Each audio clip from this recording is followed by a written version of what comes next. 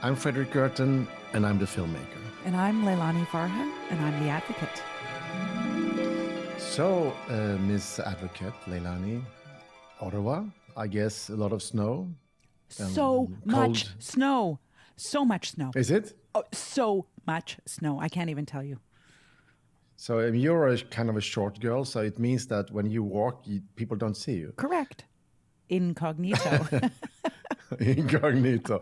Yeah, here in Malmö, Sweden, there is no snow, but it's still kind of boring. Dark? Is it still dark? It's dark, yeah.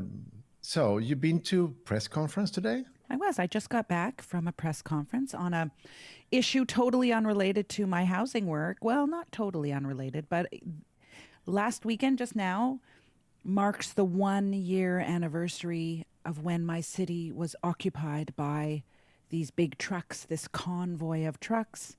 And I've been sitting with some colleagues holding hearings to receive testimonies from residents who never had an opportunity to talk about the impact on their lives, the impact on their human rights, actually. And so today we released our first report. We have 2 reports. So I was at a press conference. Because I remember that it was quite scary, wasn't it? It was. I mean, it was awful. Very aggressive. Yes. And your son was in school in town and had all this. You have to be there. Yes. Crazy. It was crazy. 1 year ago, and now we're in a different situation. Yeah. What's happening with you over there in Malmö? Over here, I've been working on a new film. Yes. It's been hard to do it due to the same pandemics, but it's now almost done. So we're in the final mix, and the music is coming in from Florencia in Paris, and it's getting there. Exciting. So soon there might be some news coming out. Great. Very soon. I look forward to that. And the film is called Breaking Social. So it's like, in one way, it's push, but even further, like about the breaking of the social contract. Amazing. The contract, the ideas that we have to follow, the normal citizens, and who the super rich are not following, and the consequences of that. So you can imagine that the same Blackstones that we always talk about are it's kind of hanging over this story too. So Blackstone, what happens with those guys? News of the day. Horrific, actually. The Financial Times reported today that Blackstone has filed eviction lawsuits against hundreds of tenants across the U.S. And why? You remember, Frederick, we talked that they were running into some economic problems in December. Well, they are assuring their investors that these evictions should restore confidence in the cash flow growth of Blackstone's housing portfolio off the backs of tenants. And they're very blunt about it, very bold. It's reported in the Financial Times, as if the human right to housing doesn't exist, as if housing isn't fundamental to human well-being. Like no contemplation of the disaster this causes to a family or an individual when they lose their home. But Leilani, you have to understand that they have invested money, and somebody has to pay them back for their investments, to pay the rent, to pay the interest rates. That's how it works. That's how it works. It's just the system working the way the system works. It's just the system. Yeah. It's nothing personal. Anyway, I got an email from a friend in Belgrade, Melania Stoin. She works for 5 Star Distribution, which is the distribution company that showed Push on cinemas in Serbia. And they also promised to show my next film, so look out for it when it comes. And she said that Belgrade, we know that Belgrade, Serbia, which is a beautiful city, very funky and a very interesting cultural life, and it sits very nicely on the river. But the situation is worse than ever. And this bad situation is due to the war in Ukraine. So you know that there is about 900,000 Russians who have left their country after the invasion of Ukraine. And this has a lot of effect on, for example, in Georgia. In Tbilisi, Georgia, the real estate went up 210% this year. 210%. The housing prices in Antalya, Turkey, where there's a lot of direct flights from Russia, is up 94%. And of course, this is something that affects the people who live in these places. Even if my heart is also with Russians who are leaving their country too, because they don't want to fight the war. But we're going to talk about how this has affected Serbia and Belgrade. And with us, we have two friends, Jovana Timotijevic and Marko Aksentijevic, who are working at the Ministry of Space Collective, a group of architects, urban planners, and political scientists who are defending people who are put in complicated situations due to all this money floating in. So welcome to Pushback Talks, Jovana and Marko. Thank you. So how is it? What is on top of your mind when I mention this now? What do you talk about? Yeah, so the thing that I guess is a good side of all this thing is that finally the housing situation is being debated in Serbia. Ever since housing went into the, a private sector and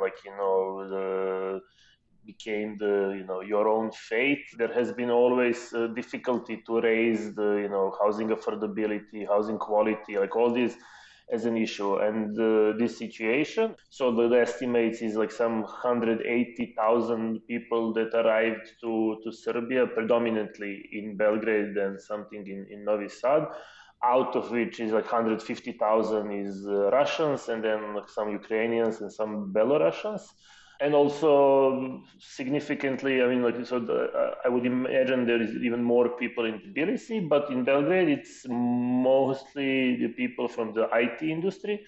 So quite wealthy, especially in Serbian standards, and, able to afford rents that are much higher than the usual rents or even the average salary in Serbia. So this really skyrocketed the rents. They official figure is that they increased 30%, but in reality it's doubled and tripled, and this caused a lot of people to have to move out of the apartments, to have to go back to their parents, to have to move to another city, and in all different ways look for a solution. But it also finally sparked some talk. Jovana. What is also something that is very much a symptom of our entire society in this particular situation is that we are always, the dominant narrative is that there is always somebody else who is to blame for the crisis. Yes, all this, what Marko said, is happening. It's very alarming. It's an urgency of its own, but it's also a consequence of a larger crisis or a longer crisis that has been here for, let's say, 30 years, since the big privatization, the large privatization of the housing stock, public housing stock, and this whole paradigm shift from the socialist Yugoslavia to this kind of semi-periphery capitalism. But what is happening is that actually something that is very in a condensed change with all these thousands of people coming into Belgrade, they're coming to a very unregulated system, and a system that has already been suffering from unaffordability. So we are also trying to convey this message that it's not the Russians or Ukrainians or anyone, it's already the system itself that is weak or fragile or unjust. And this is just a final punch to it. Yeah, I've been quite a few times to Belgrade, and I really love the city. And it's funky, and of course you walk around and you see the old factories that were bombed out by NATO in the end of the Bosnia War, and so you can see the city has a lot of scars. But it's also when I talk to people, I understand it's almost like a Wild West capitalism. It's very unregulated. I read that 70% of the business of buying apartments is done with cash money. And of course, then it's impossible to know where the money comes from. Normally that will also mean that it's criminal money. So it's difficult, but it's not all of course not all criminal. And we also know that the average income in Serbia is around 640 euros, and the price of the square meter is now up to 2,000 euros. What do you say, the square meter, Leilani? You were, as a UN rapporteur, you were in Serbia in 2015 to look into the situation, invited by the government of Serbia. Yes. One of the things I think it's worth saying to our listeners is I was shocked when I went to Serbia to learn. I guess I didn't really think about, okay, what would happen when communism or socialism fell? You know, when it ended, what would happen in terms of housing? It never dawned on me. I learned that, of course, for so many people who were living in apartments, they were immediately offered the opportunity to purchase. And for like 20 euros, you know, or like small amounts, they could purchase their apartments. This is the downside. We see in Serbia the downside of home ownership because, as has been described, they did this and then they were completely abandoned. So no regulations, no upkeep for the properties, no money to upkeep the properties themselves, etc. And so this Wild West feeling that has just been described, I really witnessed that, like people living in apartment buildings near factories that are no longer operating. And so they no longer have an income. And yet, yay, they own their home, like as if that's a good thing, when in fact it has lots of detrimental impact. I didn't know this about like how deregulated it is, and maybe you can talk about it. So there's no tenant protections, like no protection on how much a landlord or owner could raise the rent? Well, let's just go a bit back into explaining the context. So the average salary increased a bit, but so did the price of the square meter in comparison to what Frederick just gave. But the point is that the buying real estate becomes stays quite inaccessible to 95 to 90% of the population, even through the loan or in any other means. So in that sense, this 70% cash buying is also a part of, although there is a lot of money laundering, it's not as big as you would imply, because it's often that people save up the money, and so then they buy apartment because there is no other capital market in Serbia. So in a way it is incentivized that you invest into the real estate because it keeps growing much faster than your money sitting on the bank account or whatever else. And then another situation is that when a family sells apartment, then they buy a couple of smaller ones. So that's also a cash buyers. But the general composition of the ownership is 97% of people own 97% of apartments is owned by the individuals. So we don't have Blackstone and any of these big companies. Partially due to the fact that also a taxing system is stimulating any big landlord to be renting out, but a lot of personal economies are relying on these renting the second, third, or fourth, or whatever other apartment that they have. And as you rightly pointed out, this is completely left out of the any regulation. There is a general statement in the law that there should be a contract, but these contracts in principles are not being made. And even when they are made, if you don't and we've seen this a lot in recently, if you don't they're usually made on very short term, so it's year or 2 years. So if your landlord is increasing midway through your 1 year contract the rent, you can say, okay, I'm not accepting, we have a contract, but then you have to leave in 6 months. So you are again pushed into the situation in which, okay, it's better to negotiate now than be on the street when prices go even wilder. But Giovanna, you of course have a lot of friends in Belgrade, so this is something everybody talks about, that I have to leave my apartment because they want to push up the rent? Or is this the topic of everybody's lips right now. We have friends, we have also colleagues from these organizations who had to move because their rents were increased like 50 or 100% in like 1 month, and they had no options to fight but just to either say yes to the increase or just to leave the place. And we also have people who, as Marco initially mentioned, also moved from Belgrade to either the suburbs or the nearby towns. So it's something that is very realistic. And actually, it is a fact that in the media there are a lot of stories about this abusive relation between the landlord and the tenants, and this complete lack of protection of tenants' rights. But at the same time, what is unfortunate in a way is that no stories tackle the role of the state in this entire situation. Yeah. Can I just say a short thing before Leilani? Yes, please. And then we can talk about the state. Yeah, please. Because for Serbia and for Georgia and for Turkey and for the other countries where floods of Russians are coming in now, I saw that in Serbia there is 2,300 new Russian companies set up in a year.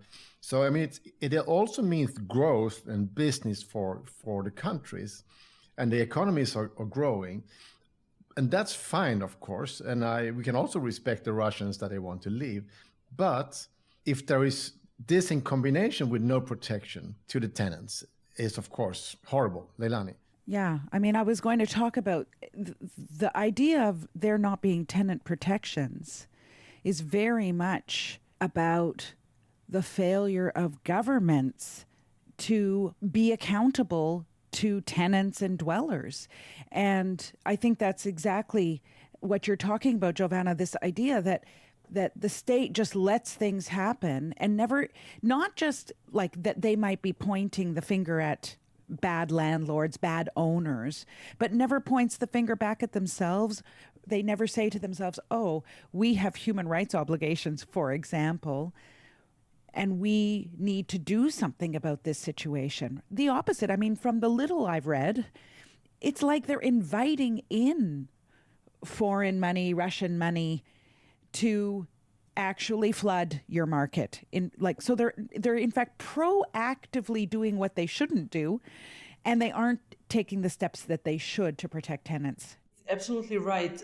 Generally, there is a tendency to be very benevolent to the investors in the housing sector, because the housing sector is considered as like a mechanism for producing wealth.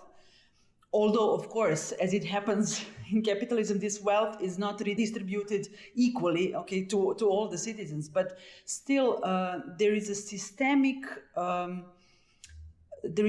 weakness point for the investors and also for everybody else from abroad or locally who wants to invest. So as some kind of balance to it, there is no protection of the tenants, or there is also no alternative to the market arena, where we all fight with investors. So there is absolutely, as Marco said, we have over 95% of private ownership over housing. Yes, it's individual, but it's still private ownership, and it's on the market. And as opposed to that, there are no alternatives. No cooperative housing, and also public housing is decreased to like 1%. And in 30 years, we can say maybe 100 or 200 social housing units have been built, which is completely disproportional to what is in the market. So the Russians arrived to a crisis and it made it even worse. I recall when I was there and I was discussing with government the need for social housing, that it was a completely almost like taboo conversation because of the history of socialism and communism there. And so it's like a complete catch for low-income people who don't have a big income, because of course we know globally that every state needs to continue to provide social housing. There will always be people who need social housing and that kind of support.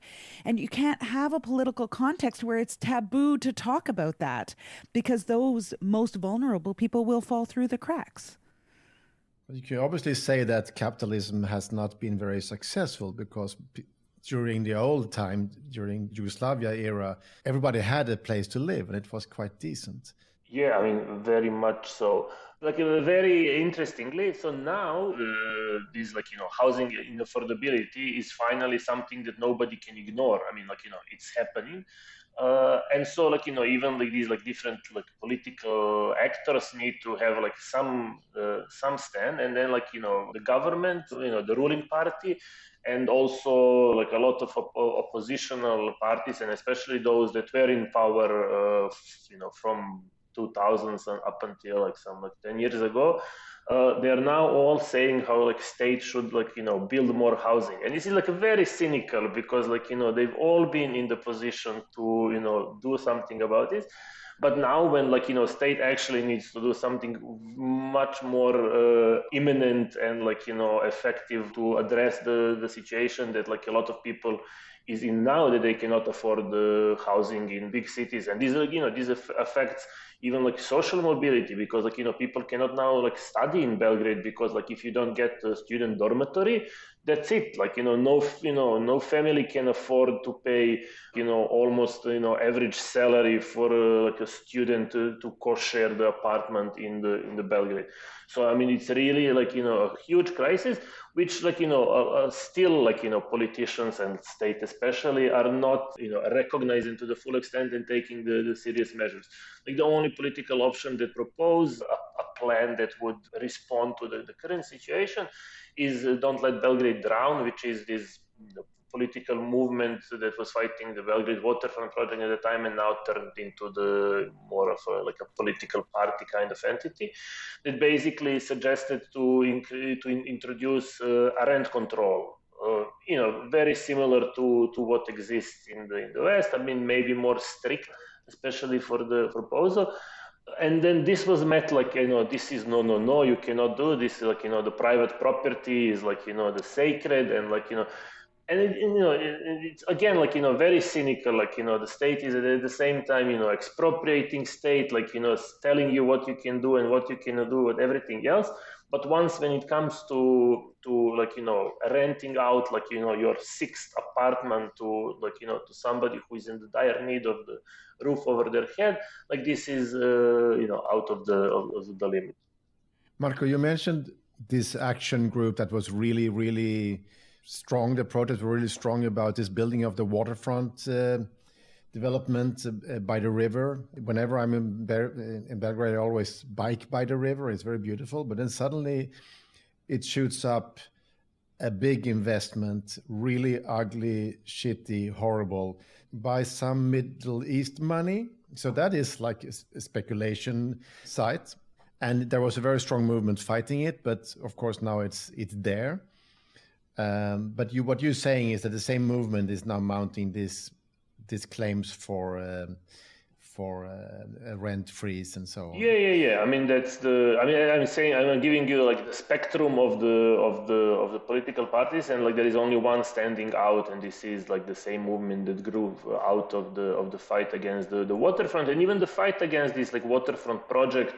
Which is, I mean, just the most blunt speculative project that we had, I mean, is very representative of the ways, Belgrade and I guess other cities in the similar positions are being developed. And that is that, if you have money, you can build, the building in the shape of, giraffe on their head. There is really no limit to what you can build. But what is important to understand for our story here is that most of these apartments are actually second, third, fourth, fifth, seventh, 10th apartment that somebody is buying in order to either park their money or make money out of renting them. And this is also one of the things that we have to have in mind when seeing how to address this thing. Ever since the socialist Yugoslavia and massive housing stock build up, there hasn't been this much development Yet, we are developing empty apartments. When you look at, and now we just recently got the census statistics, there is much more apartments, some more of the households, but there is significantly more of empty apartments than there is of those. So hang on, Marco. This is now a lot. So we have we have a housing crisis. The rents are going straight up. People in Belgrade can't stay in town. If you want to get divorced, no way. You have to stay with your abusive partner. If you're a student, there's no way to go. And still, at the same time, there are empty apartments sitting as a place to park money. That's kind of fucked, isn't it? What do you say, Leilani? Well, that's a good description horrible. of it. It's really horrible. And, I spent about over a year drafting these things that are now published called the shift directives. And so many as you're talking, Marco, I'm thinking, oh my God, it would be so easy to curb this, to deal with this. There's so many good examples from cities around the world where cool things are happening to try to prevent these horror stories from happening, from taxing very high second, third owned apartments to expropriating apartments that stay vacant for longer than 12 months. Or, there's so many things that could be done. I'm interested to know if city government is at all responsive. The city of Belgrade, are they responsive? Are they doing anything? Giovanna? No, they are not. That's a short answer. And the longer answer is that actually the state has really put to practice this kind of paradigmatic shift from this social or the entire collective responsibility for housing, which was in the socialist Yugoslavia, to this very much individualized responsibility for housing and for not having a home. And this is something that goes with the role of the state, because in strategical documents that are mostly late, that are being drafted 5 years after the deadline. So that says a lot about the passive role of the state. But also, even if you find some kind of nominal dedication of the state, or this kind of expression of doing something about the unaffordability of housing, in practice you find nothing. And it's not only the Ministry of Space collective, it's 4 or 5 organizations that we joined this housing equality movement, trying exactly what you said, to collect all the possible models and practices from abroad, and also some of the models that we have had in the socialist period, and try to actually really propose very concrete measures. One of which is what Marco said, this rent control. But usually what we get from the government is really a big no. I mean, yes, there is some kind of explanation, but it's really a big no. And it's actually usually from those who are dealing with the financial aspect of it. So housing, resolving housing crisis is really a long-term dedication. And it does require some resources, for some measures more, for some less. But when we succeed in talking to some of the people from either from the city level or national level, from the institutions, they usually said that even when there is some kind of political will on this very local level, then the finances and the budget simply says no. Right. I'm standing here and I'm thinking of, because Serbia is, of course, still with the scars of the wars and the economy affected by that and so on. I think of Ukraine now. I really hope that they win because we all need that. But I can imagine how easy it will be for the Blackstones and the other, for any big vulture fund to enter, because the need of money will make it hard to regulate them. I mean, that's an advice to everybody now who loves Ukraine. Help them to resist the vultures coming in and shopping up their country because it's so cheap. They're of course they're going to buy a lot of the farmland. They're going to buy whatever. I mean, so it's you really need politics to defend the interest of the people. And it's not rocket science, of course. It's actually just thinking, what do we need in this country? What do people need? Well, and isn't Serbia still a candidate for the EU, wanting to become an EU country?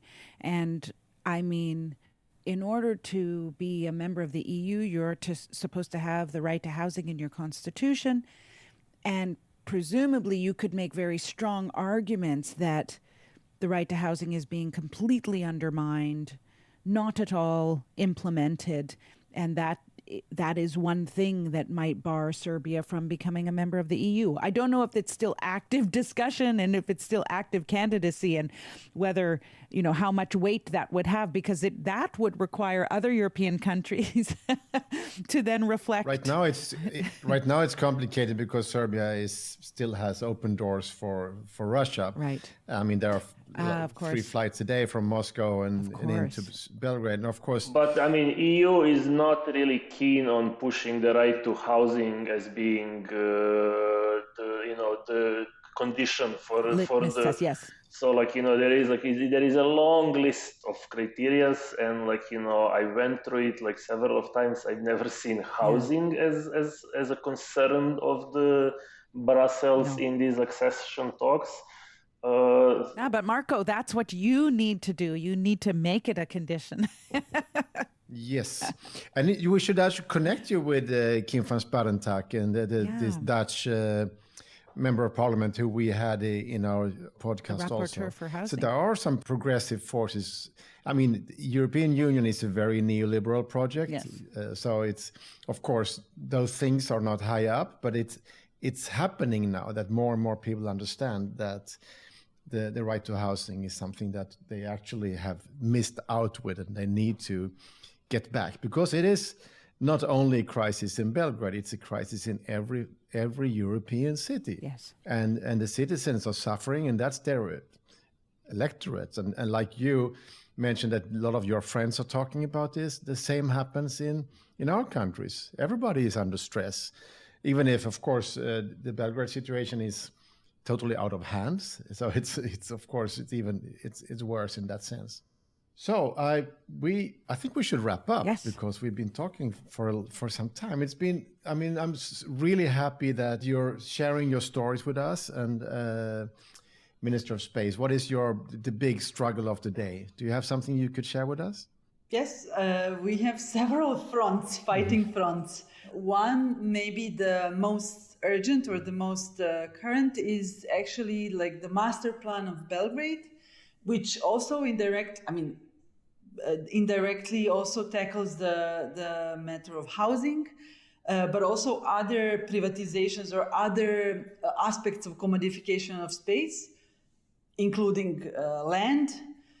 So we are actually, it's a 20-year plan for the development of Belgrade, and it's being developed, and it should be adopted this year, most probably.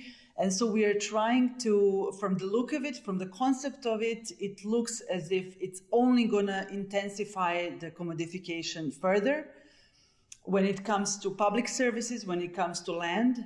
So what we are trying to do is to rise the temperature within the wider public around this strategic plan, and to, in a way, tackle all these different manifestations that we're all going to feel in 10 or 20 years if this kind of massive privatization happens.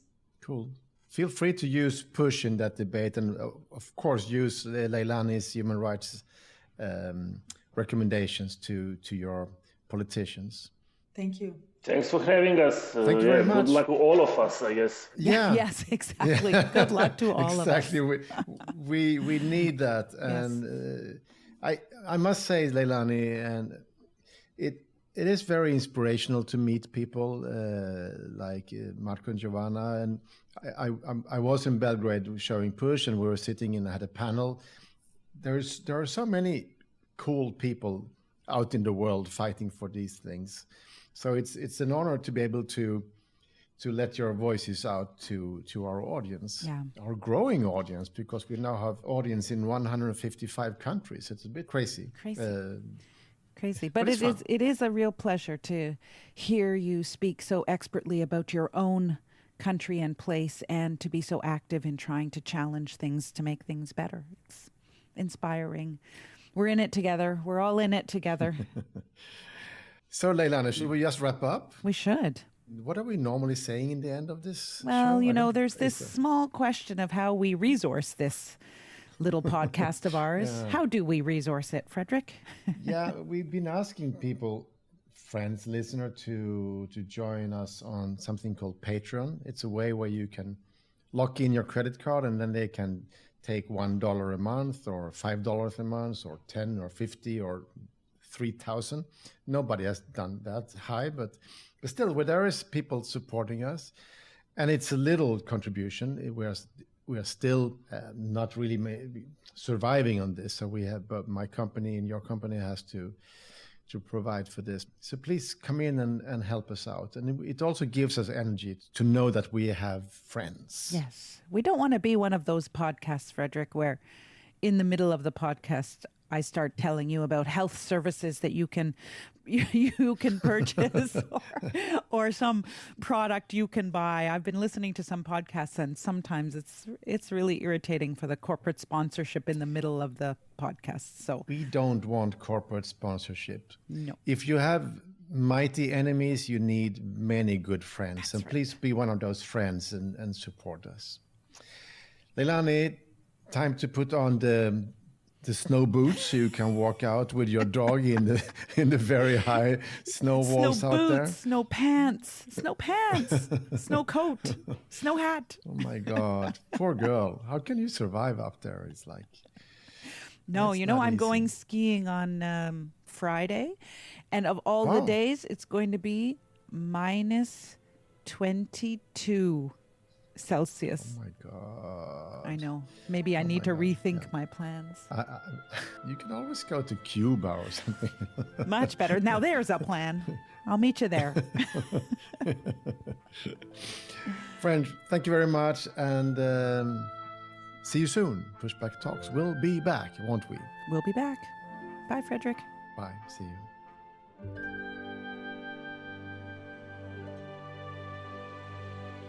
Pushback Talks is produced by WG Film. To support the podcast, become a patron by going to patreon.com/pushbacktalks or follow us on social media at make_the shift and push_the film.